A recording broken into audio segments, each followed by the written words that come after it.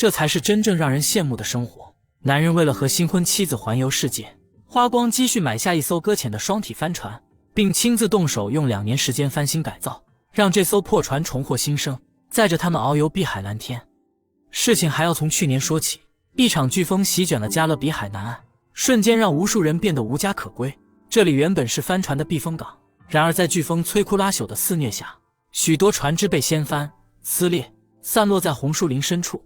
沃拉斯和薩莎在開展救援工作時，發現一艘被掀翻在岸邊的雙體帆船。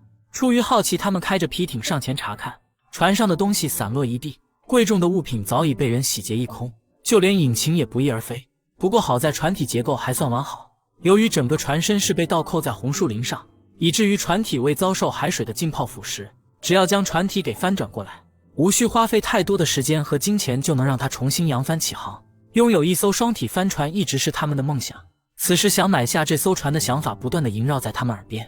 經過多方打听，他們聯繫到了船主，最終以8萬美金的價格將其買下。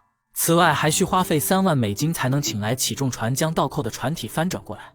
由於起重船到達這裡需要幾天時間，沃拉斯和薩莎便趁機開始清理船艙，他們把散落的垃圾全部打包並運回岸邊。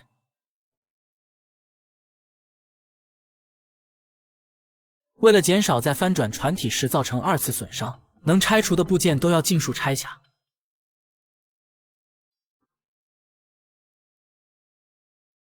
他們进入到船艙內，倒扣過來的天花板內有大量的積水，只能用角磨機把天花板切開排水。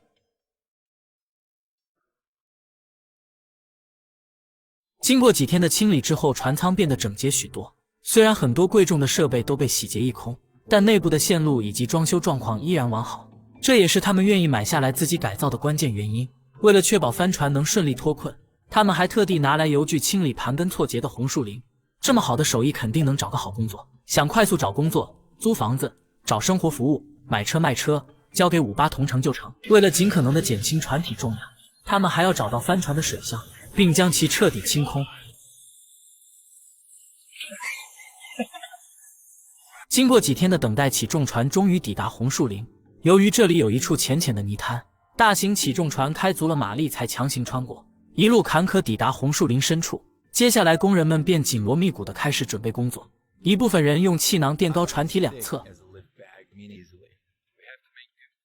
另一部分人則給帆船內側綁上纜繩。他們計劃將帆船內側抬起，直接將其翻轉過來。然而起重船的馬力未能如預期般撼動船體，無奈之下，他們只能啟用更加冒險的方案，用纜繩將一側船艙固定在岸上，然後再用起重船向反方向拖拽，讓船頂作為支點，使船體發生翻轉。然而想法是美好的，現實卻異常殘酷。帆船並沒有如預想般翻轉，反而在起重船的拖拽中滑入更深的海水中。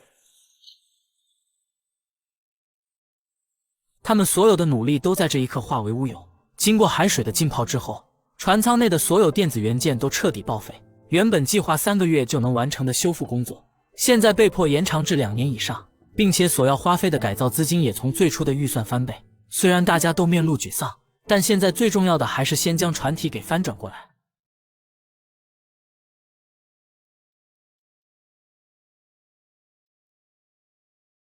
最終經過4個小時的努力，他們終於將帆船成功翻轉。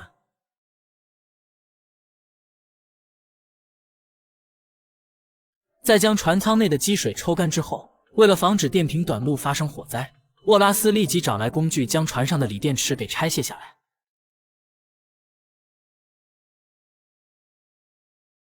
雖然船體進水導致他們的改造計劃嚴重受阻，但經過一晚上的情緒調整，第二天夫妻倆依然微笑地面對這一切。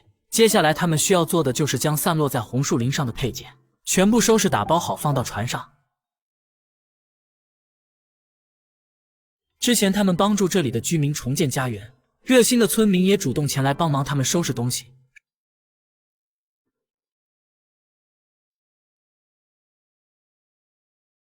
現在這艘帆船不僅失去了引擎，還失去了船帆，所以只能依靠汽艇將其拖拽回港口，與他們的小帆船匯合。